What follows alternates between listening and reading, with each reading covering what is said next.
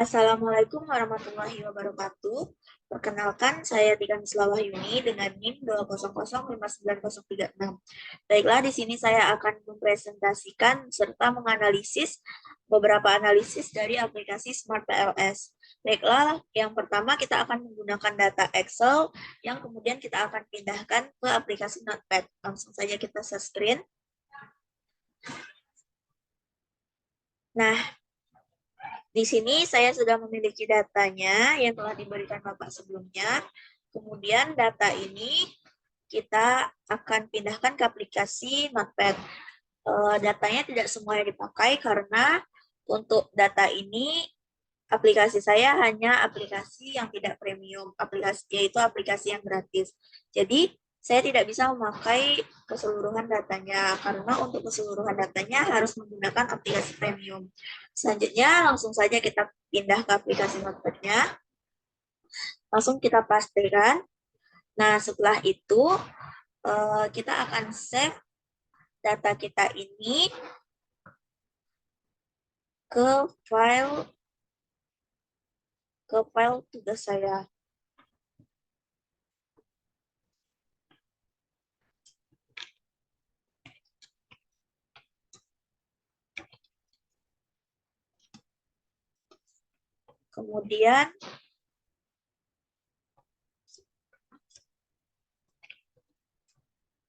Kemudian kita save.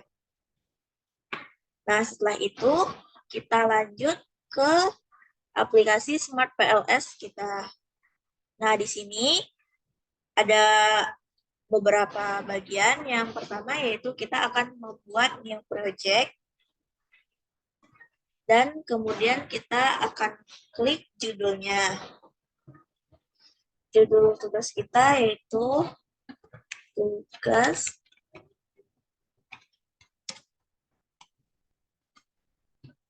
kemudian kita create dan selanjutnya kita pilih import data dan kita masukkan data notepad kita tadi. Kemudian setelah kita open, baru kita lanjut ke menekan import datanya. Nah, di sini data-data dari Excel kita sebelumnya yang telah kita pindahkan ke aplikasi Notepad tadi. Nah, di sini ada navigasinya. Yang pertama yaitu indikator, kemudian correlation, dan raw data. Selanjutnya yaitu dapat kita tekan back saja. Kemudian langkah pertama yang akan kita lakukan pada bagian statistik ini yaitu dapat kita lihat ada data yang berwarna hijau ini. Ada kalimat yang berwarna hijau ini, di mana tulisannya yaitu ada 100, dan 100 di sini maksudnya yaitu 100 responden. Kemudian kita klik create model, dan selanjutnya kita pilih tipe modelnya, dan kita pilih tipe PLSM. Selanjutnya kita bikin judulnya yaitu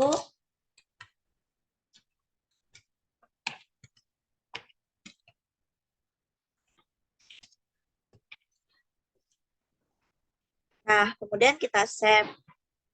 Maka akan muncul seperti ini.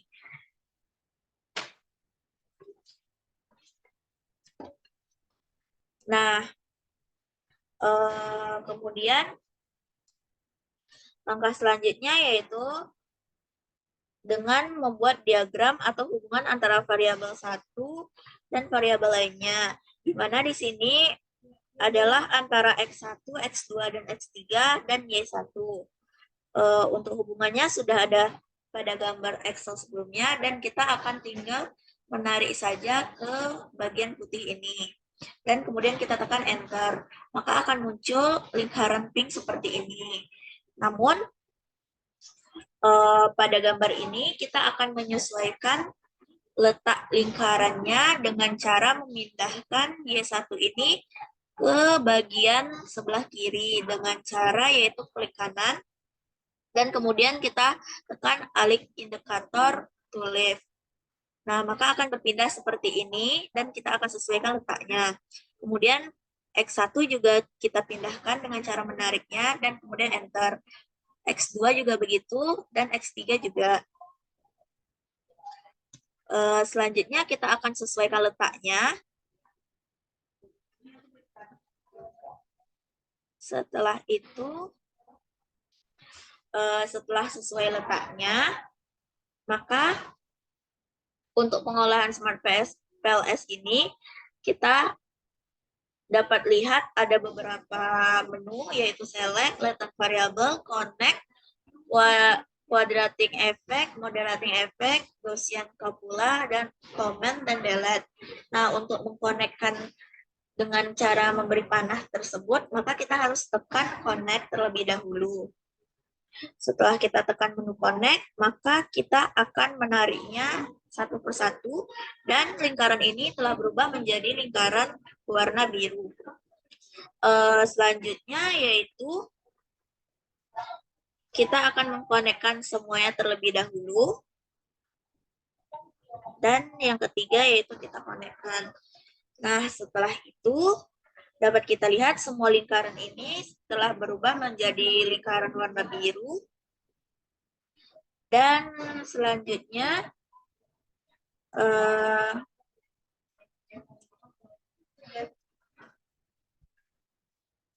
kita dapat menekan menu Calculate, kemudian kita menekan menu PLS Algorithm, dan kemudian kita tekan Start.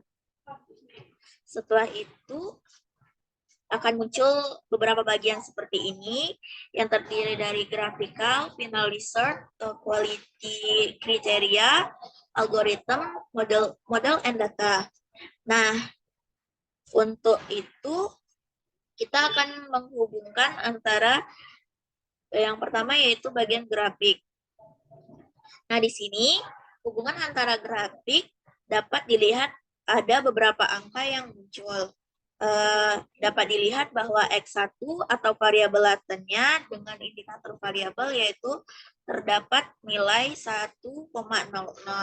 Nah, di sini adalah loading factor, di mana apabila loading factor ini memiliki nilai yang lebih, nilai lebihnya yaitu lebih dari 0,7, maka indikator ini telah memiliki validitas konvergen yang baik. Jadi di sini dapat kita lihat bahwa loading faktornya sudah bernilai baik karena sudah lebih dari 0,7. Kemudian antara Y1 dan Y2, antara Y1 dan X2, Y1 dan X1, dan X2 dan X3, yaitu terdapat angka yaitu sebesar 0,398, kemudian 0,619 dan 0,550, di mana angka ini adalah angka koefisien PET. Koefisien PET ini menghubungkan antara variabel X dengan variabel Y, yang artinya adalah X1 menyumbang sebesar 0,398 kepada Y1. Dan begitu juga dengan X2.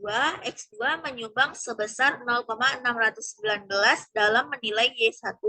Dan X3 yaitu menyumbang sebesar 0,550 dalam menilai Y1. Nah, ini adalah grafiknya.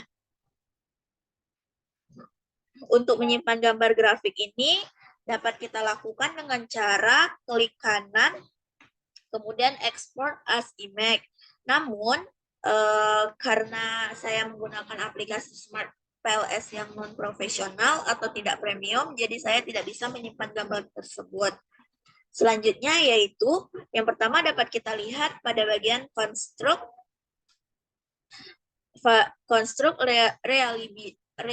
reliability and validity-nya. Nah, di sini dapat kita lihat bahwa tidak ada data yang dihasilkan karena data kita tidak tersedia modelnya, karena hanya berisi item tunggal, sehingga untuk construct reliability-nya, reliability and validity-nya tidak dapat ditampilkan. Kemudian diskriminan validity. Nah, untuk selanjutnya yaitu ada diskriminan validity. Pada diskriminan validity ini juga tidak dapat kita lihat juga karena datanya tidak dapat ditampilkan hasilnya karena model data pada pada yang kita gunakan adalah data tunggal. Kemudian analisis selanjutnya yaitu R-square. Nah, analisis R-square ini di mana terlihat R-square-nya bahwa X1 memiliki nilai R square yaitu sebesar 0,159, X2-nya 0,383, dan X3-nya yaitu 0,303. Di mana nilai X square ini apabila di atas 0,26 berarti model juga sudah bagus. Nah, pada data kita ini dapat kita lihat bahwa data kita bisa kita kategorikan sebagai data yang bagus karena lebih dari 0,26. Namun untuk beberapa kategori yang kuat, lemahnya moderator pada X1 merupakan kategori yang lemah karena merupakan kurang dari 0,25. Begitu juga X2 dan X3, yaitu kategori yang lemah, yaitu dengan nilai yang lebih dari 0,25 tetapi kurang dari 0,50. Berikut ini adalah gambar bird chart-nya, bird chart dari R-square-nya. Nah, kemudian kita masuk ke analisis F-square, di mana nilai dari F-square ini terlihat pada nilai di bawah ini. Nilai di bawah ini ada 3 nilai, yaitu berwarna hijau, di mana angka hijau tersebut sudah terindikasi bagus, sudah terindikasi nilai yang bagus. Selain itu juga memiliki kriteria yaitu apabila besar dari 0,35, kecil dari 0,02, dan moderatnya 0,15.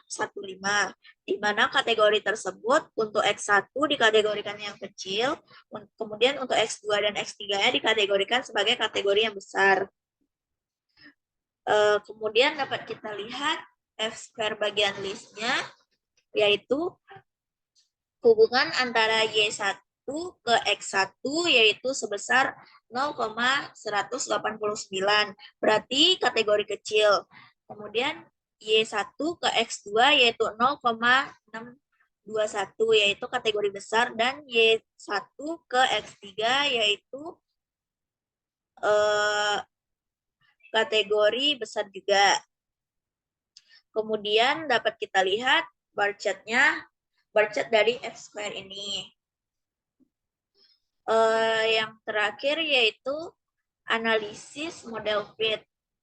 Nah, di sini dapat kita lihat bahwa analisis model fit ini terdiri dari 5 kategori. Yang pertama yaitu SRMR, DOS, DG, C-square, dan NFI. Nah, di mana nilainya yaitu SRMR ini apabila antara 0,5 sampai 0,8 itu dianggap model fit, dan untuk NF-nya yaitu antara 0,95. Dari 5 kategori ini kita dapat memilih salah satu kategori saja. Nah, untuk perhitungan yang kedua yaitu dengan menggunakan analisis bootstrapping. Caranya yang pertama kita lakukan yaitu kita akan kembali ke menu edit, kemudian kita tekan calculate, dan kita pilih bootstrapping ini, kemudian kita klik. Selanjutnya kita start calculation. Baiklah, dia sedang loading.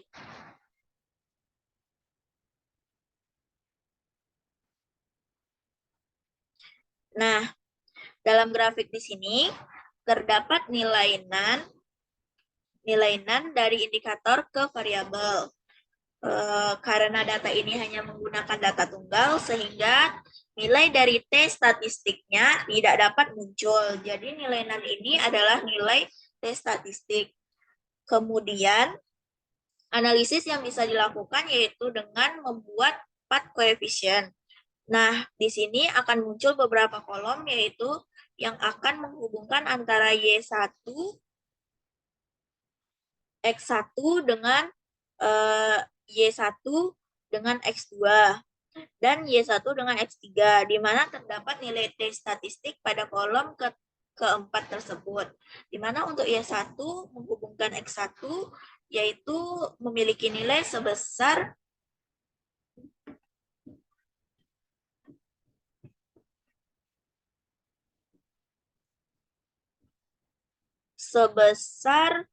eh, 3,920, kemudian Y1 menghubungkan X2 yaitu memiliki nilai T statistik sebesar 9,335 dan untuk Y1 menghubungkan X3 yaitu sebesar 7,02.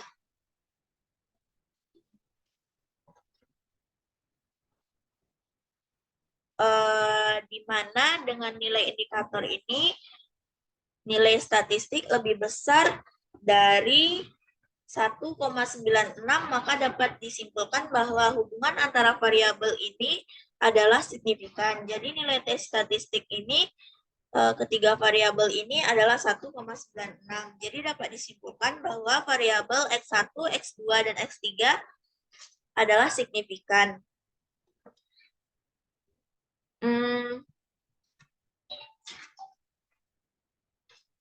Kemudian kita lanjut ke menu 4 koefisien. Nah, pada menu ini juga terdapat kolom original sample, original sample, di mana original sample ini juga disebut dengan koefisien 4. Di sini terdapat nilai X1 yaitu 0,398, X2 0,619, dan X3 0,550. Di mana apabila nilai original sampel ini positif, bernilai positif, maka memberikan hubungan yang baik yang bersifat positif juga. Yang artinya jika semakin besar X1, maka akan meningkatkan Y1. Kemudian semakin besar X2, maka akan meningkatkan Y1 juga. Dan semakin besar X3 dan akan meningkatkan Y1 juga.